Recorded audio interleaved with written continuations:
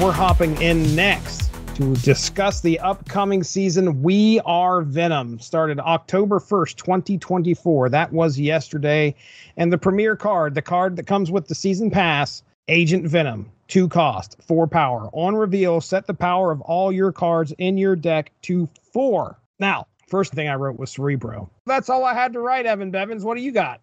Cerebro was my first thought as well. When I saw that, I was like, how would that really work? I wasn't totally sold on it, but now I saw somebody mention, it's great with your favorite archetype, Destroy, because you can get Deadpool up there, Wolverine, a few others. He also isn't bad insurance with Mr. Negative because, we've all been there and not drawn Mr. Negative. So you have Iron Man, Havoc starting at 4 instead of 0. That could be beneficial. Very good point. You didn't buy the season yet, you said, or you haven't. I did not. I was going to sit this one out.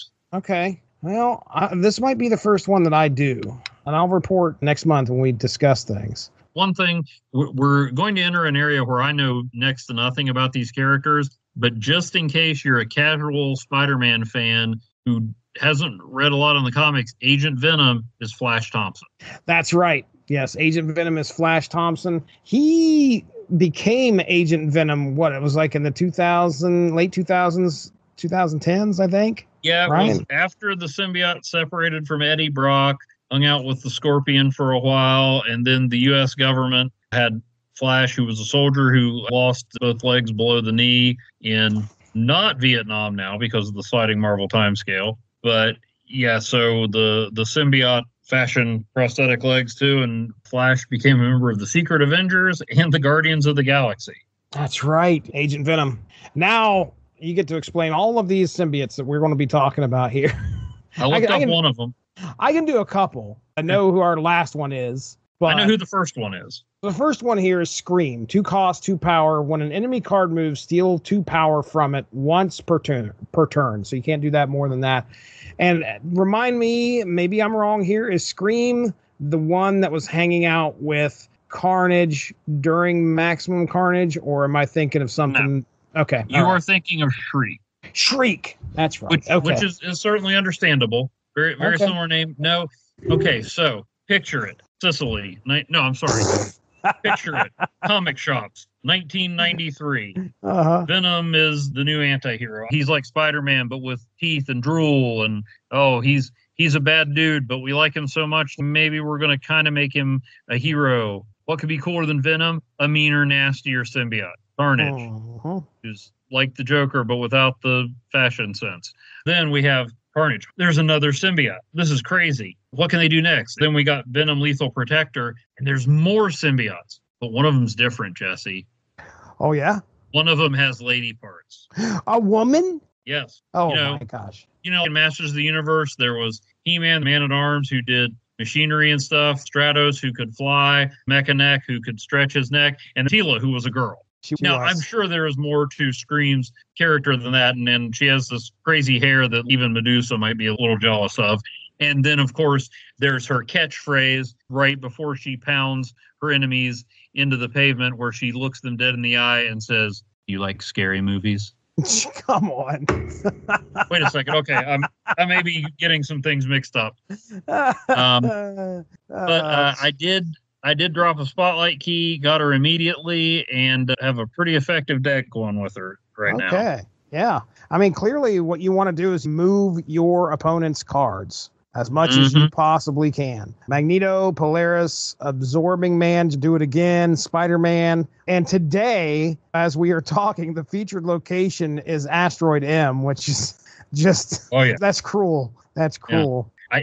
I did. It took me a minute until somebody else used Magneto on me, and I'm like, why am I not using Magneto?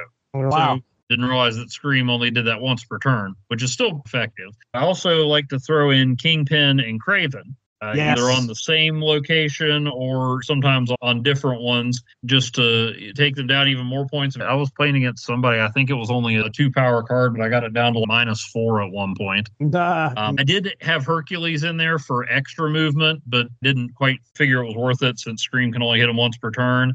I think I worked in, this will shock you, but I think I put White Widow in there. Wow. Well, She wouldn't stop staring at me. So you can look join. at somebody else. Yeah, let's see. Black Widow is in there too. I got your buddy Cannonball in there, another card that moves somebody. And I figure White Widow and Black Widow have cards that'll take up space. So maybe, just maybe by the end of the turn or by the end of the game, they won't have any place else to go and I can replace them with a rock. Very nice. Got Stegron in there too. Juggernaut. Although I'm thinking about dropping Juggernaut and putting Arrow in there because Juggernaut, it's still guesswork. With Arrow, it's guesswork as well, but you just have to play her not on the same location as the last card, whereas Juggernaut, you have to hit it where they're playing. Right. So Polaris is in there too, but like I said, I'm saving up, even though the character didn't do anything for me for Ajax, because I'd like to get Scream and Silver Sable and Kingpin with Ajax to see how many folks I can get negatively tagged there. That'd be awesome. All right. Well, next up after that is Misery. 4 cost, 7 power. On reveal, repeat the on reveal abilities of your other cards here, then destroy them. Did you think what I was thinking when you read that? Tell me what you were thinking, because I don't know if I was. She does not love company. I did not. That is so on purpose. So I put null because I watched the developer video. I was trying to figure out how did some of these things work and what would be the better combos. They mentioned Electro, and I was like, oh, yeah, that's good stuff right there. That Destroying gives you Electro. +2 energy. Yeah, you'd have turns 5, 6, and possibly 7 if you can get that going, and you would have 7, 8, and 9 energy to go on those 3 turns. So what are your thoughts here? Electro, definitely. The Hood is another one. Get you an extra demon and get rid of that -3. Basically, any low power card with a good on reveal. If you're building up that much energy, it's always nice to have, but a lot of times I find I can't use it. Bring Sunspot along to pick up the leftovers. Yeah, very good. Very smart. And if you don't have Misery but think you're going to run into her a lot, make sure you have Red Hulk. Good point. Yep, because you'll benefit have that little from that extra. I'm just looking at the Marvel fandom wiki. Apparently, Misery was Liz Allen, who was at Alchemax, present day Alchemax, not. Oh, I was going to say, wait a second, from 2099. Okay, but she was doing some experimentation on the Carnage symbiote, and I tend not to like Carnage stories because it's just, hey, it's a mass murderer who's better at mass murdering than other mass murderers. I have to say that this synopsis is something that makes me happy. I read comics. Noting that the Carnage symbiote strain they had obtained refused to amalgamate with any of the others, Dr. Stephen and Liz Allen exposed a sample of it bonded to a chimpanzee named Grace to anti-venom serum. Oh, boy. They created a hybrid symbiote. It bonded to Liz, and then Grace, her symbiotes having stabilized into a copy of the Misery symbiote, attempted to kill Liz to avenge the experiments performed on her. Now, animal experimentation is not cool, but an alien symbiote controlled by a revenge-minded chimpanzee is comic book sanity that I can kind of approve of.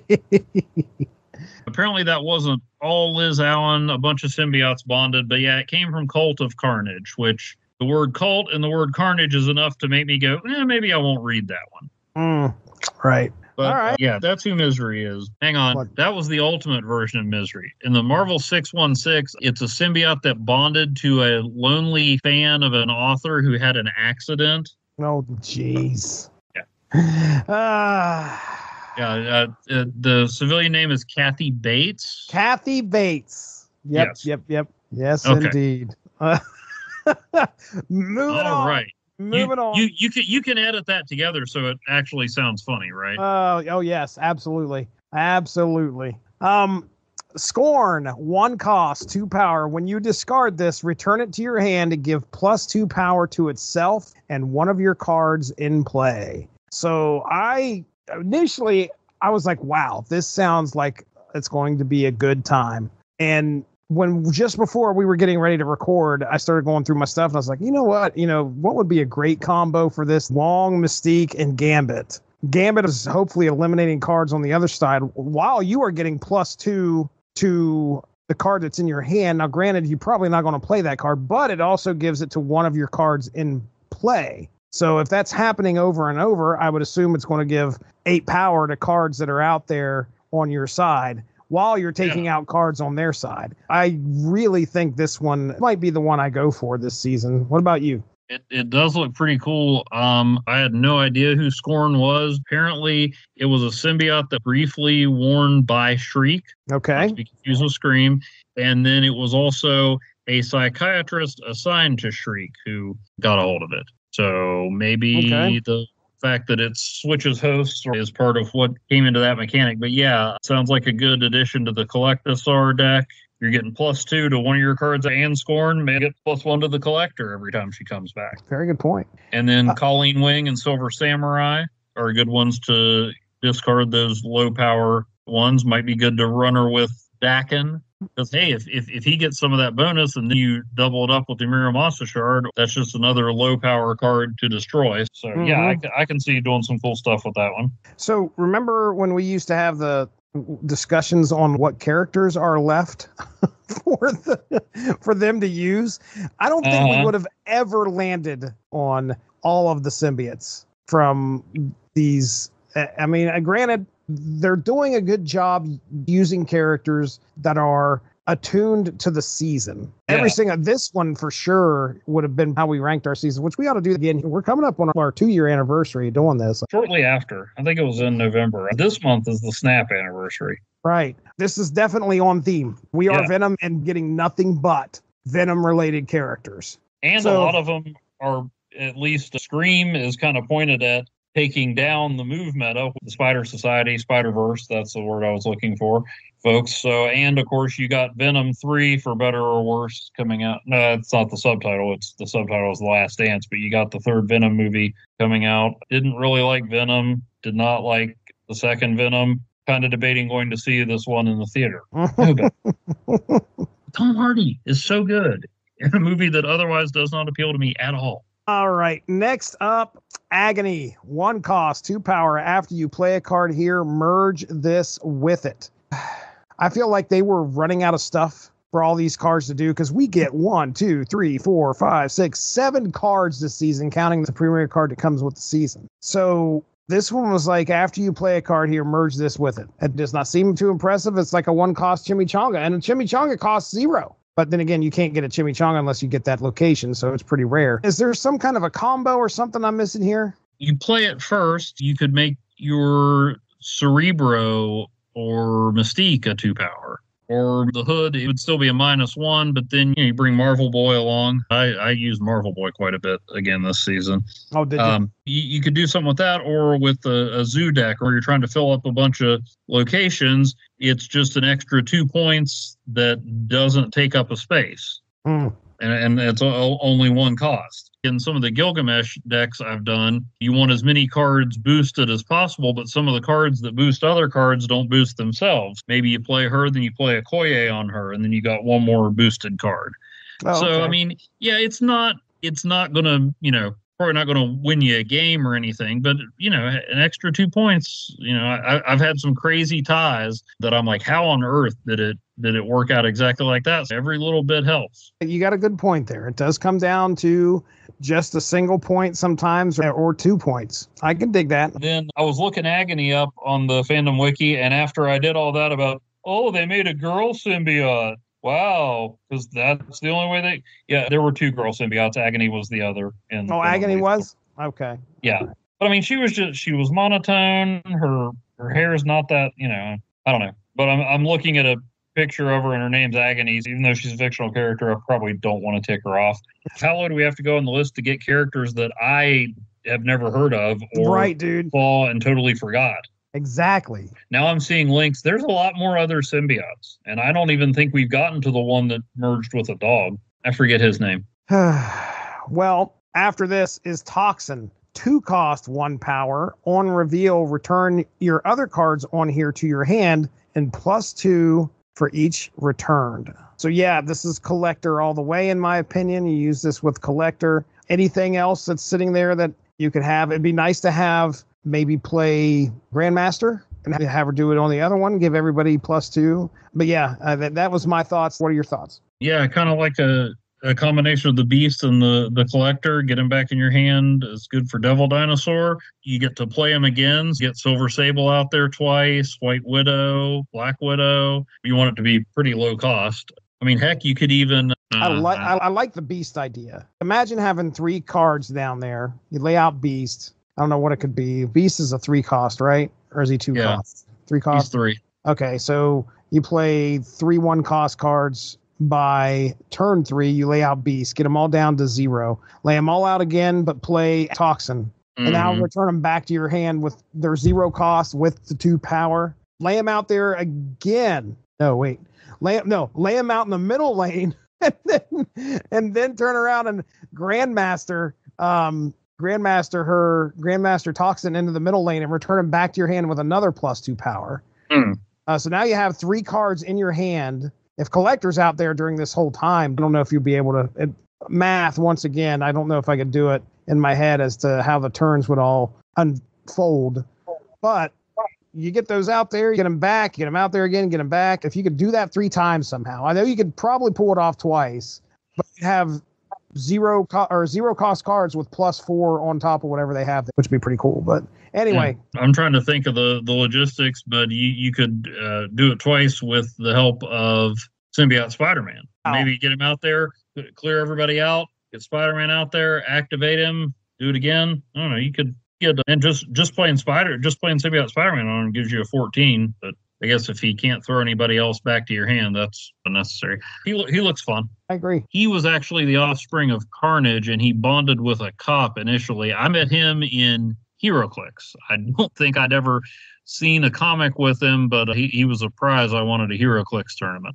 All right. And then I guess at one point, his police officer host died, and he bonded with Eddie Brock for a while. I think when Eddie was symbioteless. So... Well, speaking of Eddie Brock... now it's bonded to a teenager named Bren Waters. I'm reading this. I said Cult of Carnage, and I read King in Black. Some of it was good, some of it wasn't. But now I'm kind of like, maybe I need to look at some of these symbiotes. Well, speaking of Eddie Brock, isn't that going to be our next card? Anti-Venom, 4 cost, 6 power. Am I right there? Yes, that was Eddie back when Matt Gargan, a.k.a. the Scorpion, was wearing the Venom symbiote. Okay. Although at one point after Eddie became Venom again, Flash Thompson became Agent Anti-Venom. Agent Anti-Venom. Yeah, but if this one has the jaggedy teeth and stuff, it's Eddie. On reveal, set the cost and power of your deck's top card to 0. Why? The cost and power? Mm-hmm. There are only a very few select cards that I could think would even matter for, and you have to know what's coming up after that. So can you tell me what is the big deal here? They mentioned something in the developers video. I watched it and I can't remember. But I can think of a few it might work with. Mainly, you wouldn't want Red Hulk or, the Hulk or somebody like that to be a 0/0. But if it's a card where the effect is more important than the power, then that could work out. I'd take the leader at 0/0. That's fair. Yeah, you want Howard the Duck where you're just crossing your fingers. Think about Mr. Negative at 0/0. Yeah. Or in a really, really obscure and unlikely one, it's a great counter to Baron Mordo. I don't think they play Baron Mordo anymore. Let's see. Who else could it work with? The Hood. 0/0, you're just taking up the space, but you get a 1/6 demon. Any low power, high cost. Yeah. So Arnim Zola, Iron Man. Yep. And Jubilee wouldn't be too bad. I mean, she's a 4/1. You get her out there. It's basically nice. getting you a late card with no cost, but also no power. But I mean, or think about, here's where it'd be dangerous. Okay. Yeah. 0 cost, 0 power. He's already 0 power, and it's the ongoing. Yeah. Boy, that would be dangerous. Okay. Here's another one. I play him with Luke Cage. It doesn't matter. You're getting a 0 cost. If you've got Red Hulk out there, ooh, his power can't be lowered. Nice. That's that's the key right there. Anti-Venom and Luke Cage. Just like the pages of Web of Spider-Man, number 208. Web of Spider-Man did not last that long. But there's definite cards that could work with. I mean, I don't know. Maybe I'm overcomplicating it, but maybe with a Mr. Negative deck, you didn't get Jane Foster out there. Now it's getting too complicated, but zero Jane Foster and she pulls all your zero cost cards out. I can see it coming in handy. I want Howard out there. Mm-hmm. Psylocke. That way you have the option to use anti-venom on turn 3 if necessary. Mm-hmm. And then you pull your 0/0 at that point. So yeah. Well, but you can pull the 0/0, but then you could keep it in your hand till you need it. I'd take a 0/0 Silver Surfer at the end of a game. Oh yeah, Silver Surfer, man. Yeah, okay. All right. It's going to be really useful. All right. Let's talk about locations. First up, Feast. Feast, which please explain what in the heck is that? That's a food pantry and shelter that Aunt May volunteers at. It was founded by Martin Lee, who you might know better as Mr. Negative. Oh, interesting. Okay. All right. Well, after you play a card there, all players get +1 energy next turn. So everybody gets an extra energy, a little bit of, if you got a chance to sit down and eat, maybe you're feeling up to just doing a little bit extra. So yay. What are you thinking, man? The way I read it at first, it sounds like any time you play a card here, but it's got to just be the first time, right? Yeah. So they obviously don't spell it out here, but I feel like we've encountered after you play a card, that was it. But then again, I don't know. I can't recall anything in the past where they continue to do it over and over. So we'll have to see. Yeah. Also, I believe the Feast Center is where Aunt May met a lost and frightened man named Norman Osborn in Spider-Man No Way Home. Ooh, wow. Okay. You got any thoughts on any additional thoughts on Feast? No, just probably a good one to run Sunspot and or She-Hulk, especially if it happens more than once. So I may just switch over to my Savage Sword of Shulkanaut deck that day. Nice.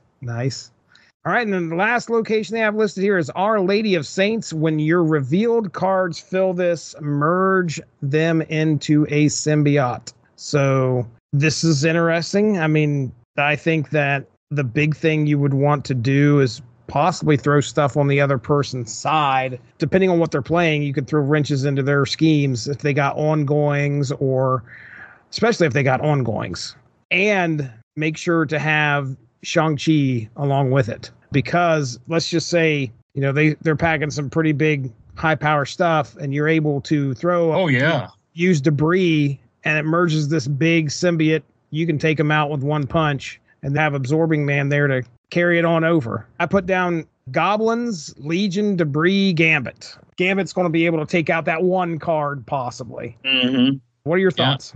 Oh no, I just kind of build off your lead.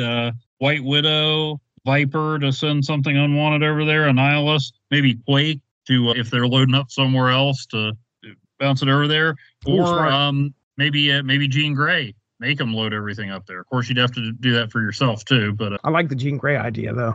Yeah. All right, well there it is, folks. That's our discussion and our thoughts on the upcoming season. We Are Venom. It's already dropped. It's out there. Go check it out. I think we're ready to get on out of here. I don't think we have anything else to talk about. Evan Bevins. There you go. No, I was agreeing with you. All right. If you'd like to hear the same weird ideas without the sound of my voice, you can check out my blog, asterisk51.blogspot.com. Working my way through the Amalgam books. Probably going to take a detour for some Halloween type stuff this month. That'll include some free comics from Free Comic Book Day and Halloween Comic Fest, # Free Comic Friday, and some horror movies or general weirdness from the movie selections at Dollar Tree, # Dollar Tree Cinema. All right. I'm going to throw the plugs in at the end. You can check them out there. We got all sorts of fun stuff here on the Source Material Comics podcast feed. So if you're listening to this, most likely you're already hearing some other stuff that we have out there. This has been the Snap Material Podcast. That's Evan Bevins. I'm Jesse Starcher. Have a good one. Bye-bye.